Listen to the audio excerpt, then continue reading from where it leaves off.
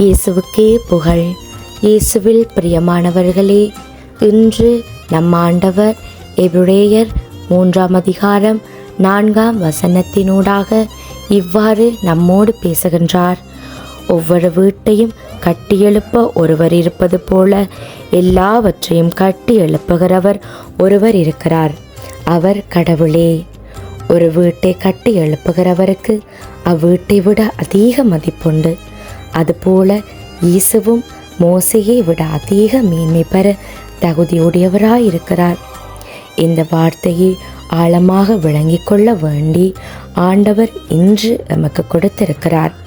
கடவுளின் குடும்பத்தினர் அனைவரிடையேயும் மோசே நம்பிக்கைக்குரியவராயிருந்தபடியால் ஆண்டவர் அவரை தேர்ந்தெடுத்தார். அவ்வாறே தன்னை நியமித்த கடவுளுக்கு மோசே நம்பிக்கைக்குரியவராக இருந்தார். ஆண்டவர் எங்களை ஒரு கருவியாகத்தான் செயற்பட வைக்கிறார். தான் கூற வருவதையும் அவருடைய வார்த்தைகளையும் நல்ல செயல்களையும் எடுத்துரைக்கவும் அவர் எங்களை உருவாக்குகிறார்.